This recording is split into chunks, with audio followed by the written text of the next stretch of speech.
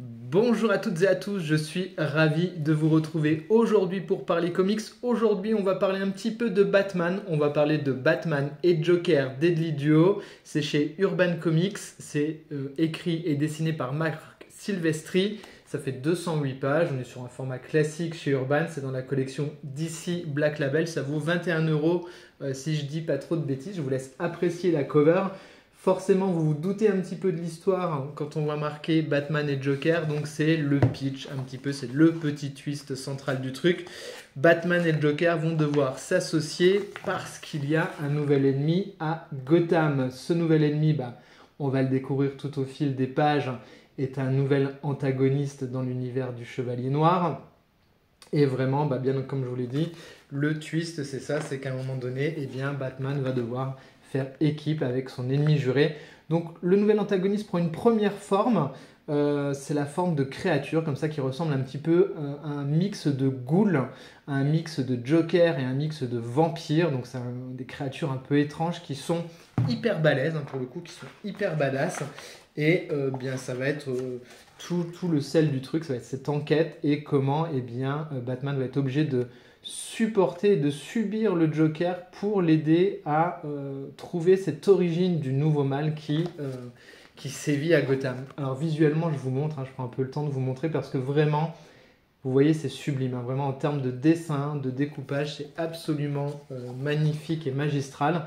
Les couleurs, pareil, l'ancrage, il est super beau. On a vraiment des tonalités qui sont très gothiques, très graphiques, comme ça, c'est très puissant en termes de lecture, en termes de découpage, c'est hyper fluide, hyper efficace, hyper dynamique.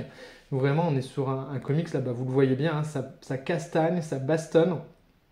C'est hyper efficace. Franchement, tant dans le découpage que à l'intérieur des cases en elles-mêmes, on sent le sens et la maîtrise de l'auteur sur le comic books. Là, vraiment, on a tous les codes qui sont là, tout est respecté et tout fonctionne à merveille. C'est vraiment un petit bonbon et c'est clairement ça, ce titre. Pas de grande surprise finalement dans le déroulé du scénario, c'est assez classique, même dans l'histoire et dans ce twist, donc ça marche super bien dans la relation entre les personnages, mais ça reste, je trouve, d'une facture relativement classique dans le déroulé. Ça n'empêche que c'est un petit bonbon, on est vraiment face à une lecture popcorn, une lecture qui marche vraiment bien.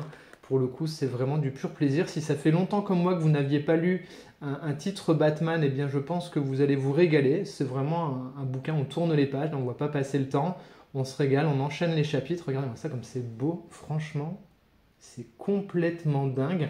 Donc on a quand même cette apparence du Batman et des choses, c'est assez moderne. Marc Silvestri, c'est un auteur qui œuvrait beaucoup dans les années 90, donc ça se sent un petit peu, mais ça n'empêche, je trouve qu'il y a une belle modernité dans ce qui est proposé. Et pour le coup, ça a bien fonctionné sur moi. Ce qui est super, c'est que le titre, vous n'avez pas besoin d'avoir un gros background de l'univers du Chevalier Noir. Alors même s'il y a des caméos d'autres personnages, ils viennent là juste un petit peu en mode, en petit caméo comme ça, mais ça, pas besoin d'avoir une grosse connaissance sur l'univers étendu. C'est un album qui est également hors continuité, c'est un one-shot. Donc du coup, vous pouvez vraiment lire ça comme ça, sans avoir de grosses références dans l'univers de Batman, et ça, c'est carrément cool. Pour le coup, pareil, c'est bien dans le Black Label parce que c'est un comics qui est assez...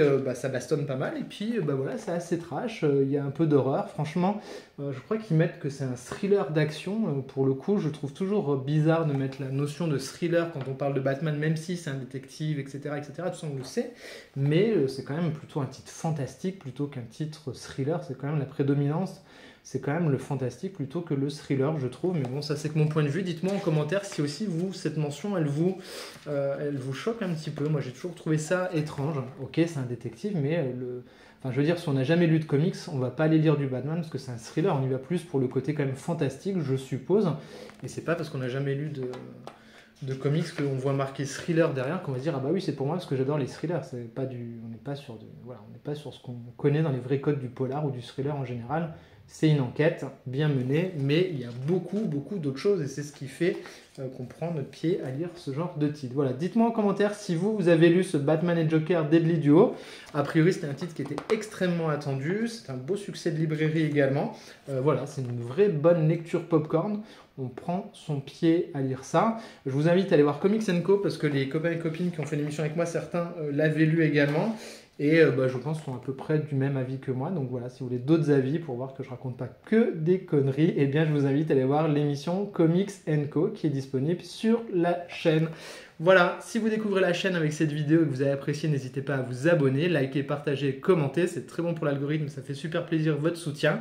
Et moi, je vous dis à très vite pour de prochaines vidéos. Bye bye!